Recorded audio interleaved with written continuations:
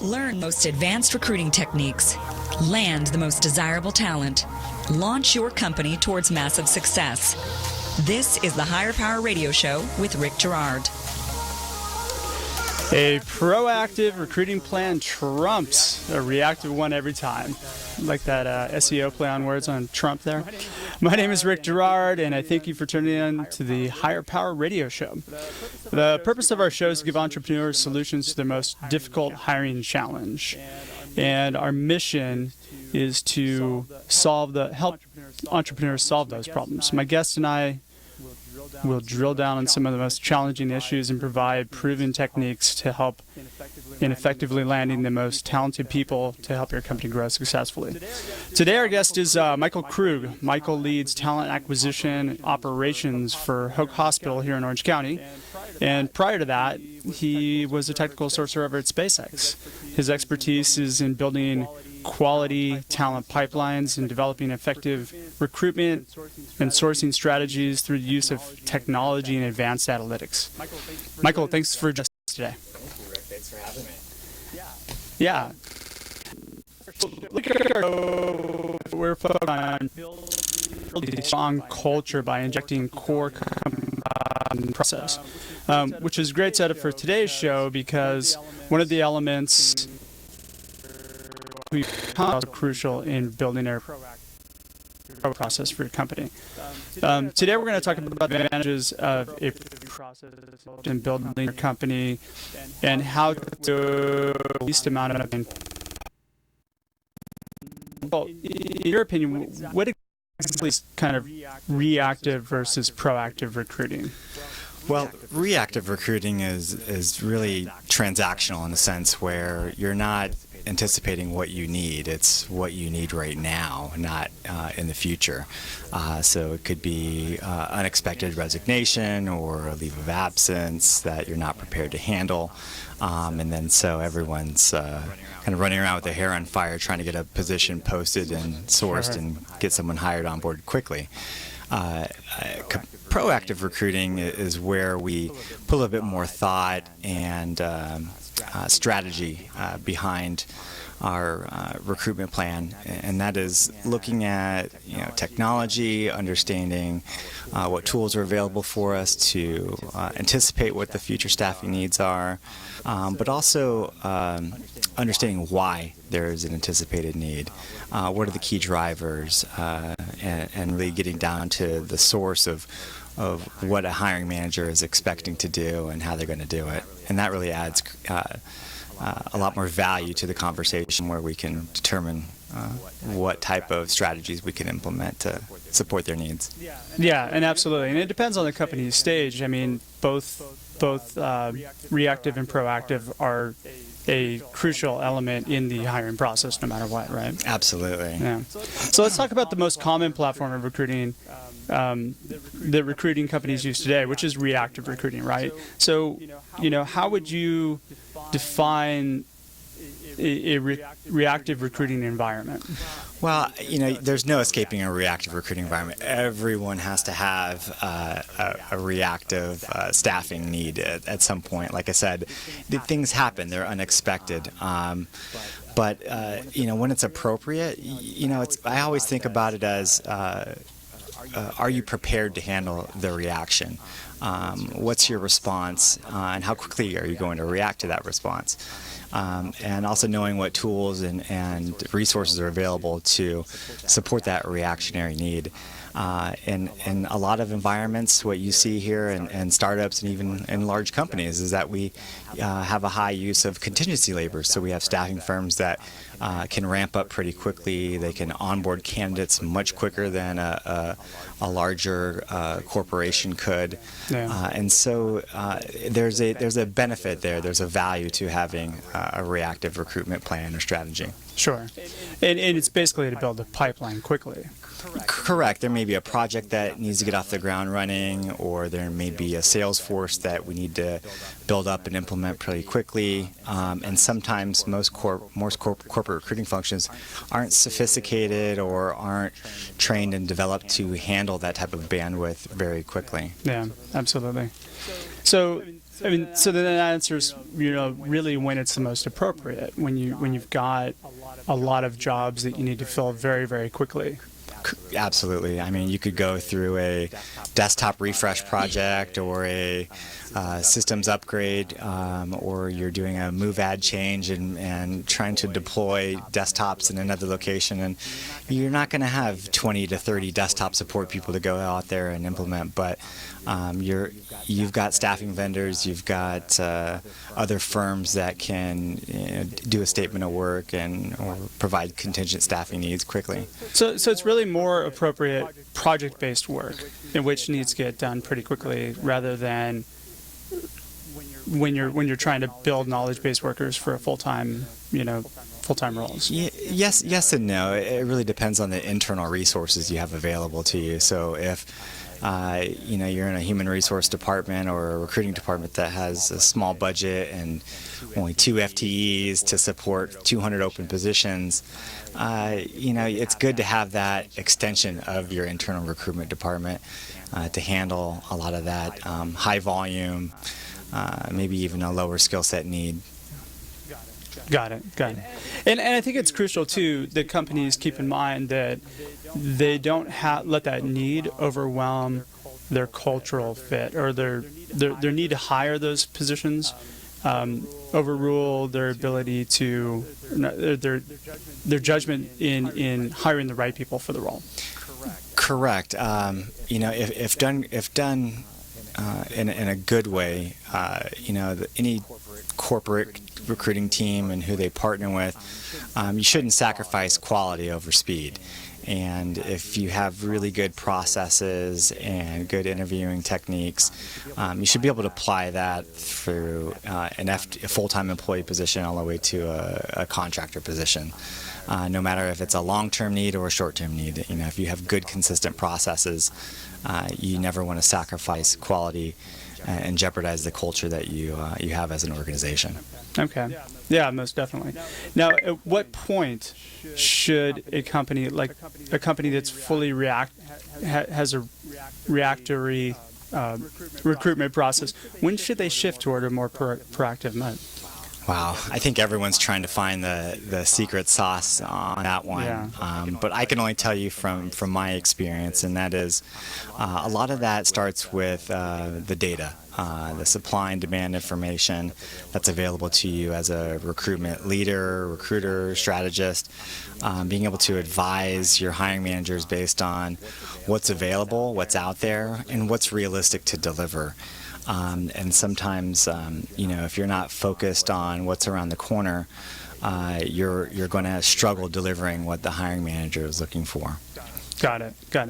Now, let's say you're an entrepreneur and you're building a company up, right? Should this process be built into the beginning? Absolutely. I think some organizations, especially in my startup experience, is that talent acquisition never has a seat at the table when it comes to those planning discussions. So either it be a Q3 product launch or an upgrade, and they're wanting to roll out a new system or technology, new process. Well, it would be in their best interest to include the people who are going to find that talent. Sure. And so when we look at being able to be proactive and building those strategies, it's important to be there at the beginning so that we can advise and provide realistic expectations. I can tell you from being in a healthcare environment, there's very limited resources that are highly specialized in some of our nursing areas, and we have to understand how long it takes to fulfill those needs, who's out there, what's available, who our competitive landscape is, so that we can kind of bake that into our recruiting strategy. Got it. Okay. We're speaking with Michael Krug right now. He's the manager of talent acquisitions for Hoag, about the importance of building a proactive recruiting process. And we just discussed the difference between the two methods, and when a reactive approach is most relevant. We need to take a quick break, and when we come back, we're going to talk a little bit more about how to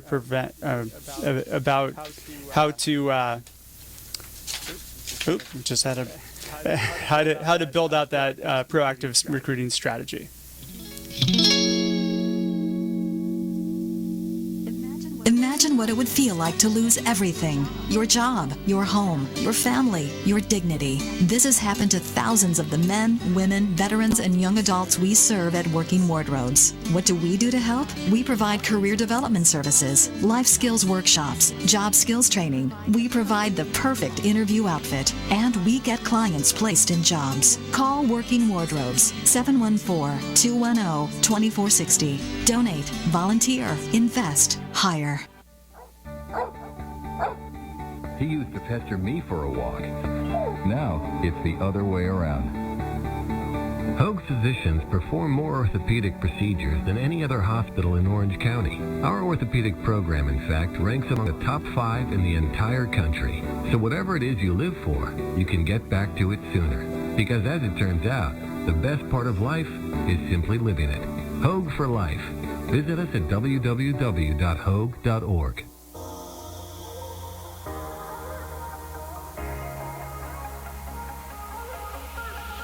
You're listening to Higher Power with Rick Girard, giving you access to recruiting techniques that will help you hire key talent to build your company towards real success. Rick is a recruiting executive and entrepreneur who's been successfully recruiting in the aggressive Silicon Valley technology landscape for the past 2 decades. After a very successful stint at Apogee, he founded Stride Search in 2012. Based on a lean efficiency model, Stride has uniquely positioned itself as a leader in retained search for the most critical talent hires within a small organization. Whether you're a startup executive or recruiting professional, by listening to Higher Power with Rick Girard, you will walk away with skills to help you attract and hire great talent. Now back to Higher Power with Rick Girard. Welcome back, everyone. This is the Higher Power Radio Show, and I'm your host, Rick Girard. So we're talking with Michael Krug, Manager of Talent Acquisition and Operations at Hoag, and we just talked about reactive recruiting, and now we're going to talk about the good stuff, how to implement a successful proactive recruiting strategy. So really, when you start building a proactive strategy, I feel it's crucial to build it from the beginning. To really minimize the cost of making bad hires and cutting in on the bottom line, correct? Mm-hmm. So what are the key elements to having a proactive recruiting strategy or to building one? Yeah, I think the foundation of any proactive recruiting strategy is going to come down to relationships. And we all know relationships are based on trust and credibility and respect. And so, you can't always jump in with a turnkey solution based on analytics and predictive staffing models to make something work. Because if your hiring managers don't know it and understand why you're doing it, you lose that crucial buy-in. So it's important that your relationships are you take a lot of time growing those. Yeah. The other point is data, and I always tell my team this, is that you want to be the most prepared person in the room. No matter what meeting it is, if there's a staffing person involved, you want to make sure that you know your business better than anybody else. And so it's coming equipped with data to the party. And when you have turnover data, hiring data, leave data, separations, transfer data, it adds more credibility to the conversation. So when you're trying to build that relationship, it really shows your hiring leader that you've taken time and energy to learn their business, to understand what are the key drivers from a staffing perspective that impact their operations. And then when you have that information, it's really about being an advisor. So, we in recruiting, we suggest and advise. We leave it up to the managers to do and act. And it's understanding what levers and strategies to either pull or to implement. And I think that really helps a hiring leader understand, what's available to them at their disposal by partnering with their recruitment professional earlier on in the conversation, much later than down the road. Okay, so you're an entrepreneur, and you keyed on something that's really interesting, which is being the most prepared person in the room, right? You're an entrepreneur, you actually just started up a new company, you got a bunch of money, and now you're ready to hire. How do you prepare yourself for that? because most entrepreneurs don't. You're absolutely right. It's a lot of companies, we're either pre-IPO tech startups, they want to scale quickly. They've got a nice round of series funding that they're ready to burn through, and a lot of that comes into human capital planning. But from what I've seen is to ramp up quickly. You really got to understand what the direction of the organization is going. Not just, I need a body now, I need 30 salespeople. If you don't understand the vision and the mission and what you're trying to accomplish, how are you going to effectively communicate that to the people that you're trying to recruit? Yeah. But you do have to have different levers and resources available to you when you're trying to grow quickly, whether it be staffing agencies, retained search firms, name generation companies, you name it. I think those are all kind of built into that proactive approach. Okay. So planning is key here then, right? So they've got to take the time to sit down and figure out what they want, who might be the best people for what they need, and work with their team to actually work through their networks and then kind of branch out from there, correct? Yeah, I mean, planning is absolutely critical, because then, if I'm a nursing director, like I'll give an example, a generic example. If I'm a nursing director and I need a critical care nurse out there, but that there's only so many critical care nurses out in a geographic location, and based on what you need, this is how long it's supposed to take to fill those positions. Not just fill it, but also orient and onboard that position, so your normal fill rate of 25 days could be now 65 days or 90 days. And so being able to kind of be prepared in that planning process to educate and raise awareness around what that hiring roadmap will look like is just going to make things a lot more harmonious in that relationship. Got it. So you had mentioned to me before that being preemptive and actually building up pipelines before the roles are even open is pretty important. It is. I think if what I see most common today, and even in my previous careers and pre-IPO tech startups, and that is, HR is almost inclusive. We work in silos and even in intra-department areas where we don't have access to bits and pieces of information. Mm-hmm. It's almost tough to, you're begging, you're pulling, you're fighting for information so that you can build long-term strategies. But it's, when you're shifting to a proactive model, you've got to have that data. You've got to understand, what's available to you. But also looking at the data, we look at turnover, transfer, seperations, leaves. That was going to be my next question. Yeah. What's your sources of data? So yeah, it's really finding out why is that business there in the first place? How do they operate? How do they generate revenue? And so when you have all those components together, you can start to predict exactly how many hires they need to have over a certain amount of time in order to break even with their staffing levels, but also produce the type of outcomes that they're trying to accomplish. And I think having all that information is going to help a recruitment professional be successful. Okay, got it. Now, do you have what do you find is kind of the most effective way to build up this process? Maybe 2 or 3 points of things that somebody can pick off that would really they could implement today. Yeah. It's what are you hoping to accomplish? It's people, process, and service are like the really key ingredients where you look at what things you need to know in order to develop an effective sourcing or recruitment strategy. Mm-hmm. Understanding what you're looking for, supply and demand, the process in which you acquire or find that staff. Is there a standardization within the interview and selection tool? How are you assessing candidates? Is the interview process going? What's the hiring and onboarding process like that? So if you don't understand the process, it's really hard to make sure that you know how to build a proactive strategy. Yeah. And then service. How are you, not only you being measured as a recruitment professional from a service standpoint, but also how is the hiring manager being evaluated? And, is it about attention, attrition, employee satisfaction, employee engagement scores, patient satisfaction? What are some of those things that, from a service perspective, that are kind of stitched into that strategy that help not just add transparency across the whole continuum of the recruitment process, but also we can measure and refine over year to get better? Okay, great.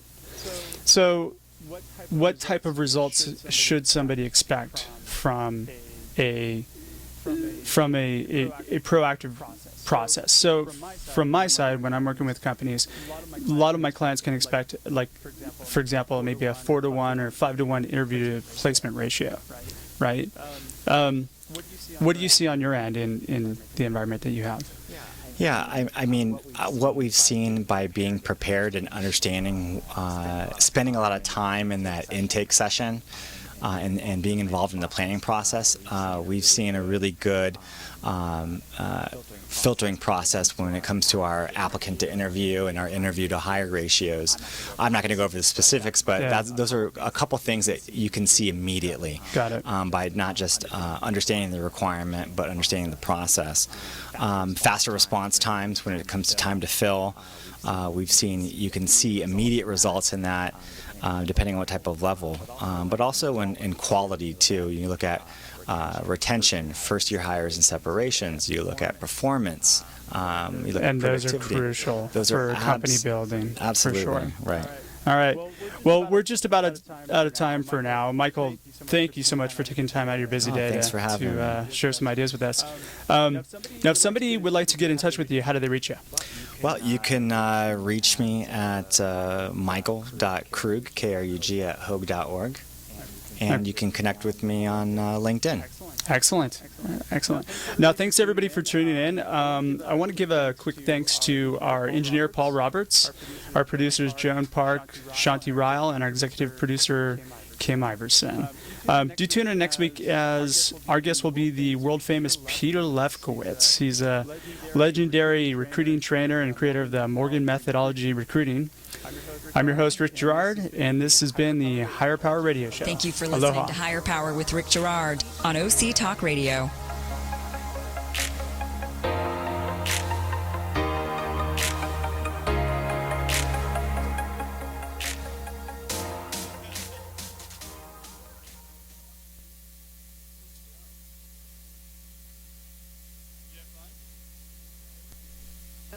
Regulators are bracing for a possible tropical storm that could disrupt operations along the Gulf Coast. The Louisiana offshore oil port, the largest privately owned storage terminal in the